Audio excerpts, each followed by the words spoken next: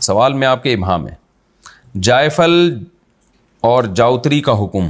محمد فیضان کراچی سے، جائفل جاؤتری کھانا جائز ہے یا نہیں؟ میں نے سنا ہے کہ جائفل زیادہ مقدار میں استعمال کرنے سے انسان نشے کی حالت میں چلا جاتا ہے، جس کی وجہ سے یہ حرام ہے۔ کیا یہ بات درست ہے؟ برائے مہربانی وضاحت فرما دیں۔ دیکھیں، مجھے جائفل کے بارے میں نہیں پتہ، لیکن اگر واقعی مقدار میں کھانے سے، زیادہ مقدار میں کھانے سے نشے کی حالت میں چلا جاتا ہے تو پھر بلا وجہ کھانا جائز نہیں۔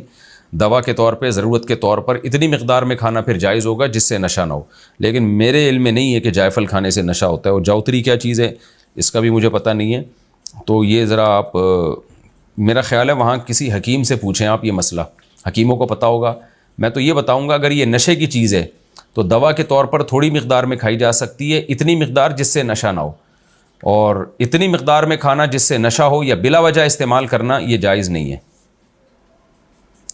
مساجد میں، مجالس میں، تو ہی تو ہو میرے دل میں، میرا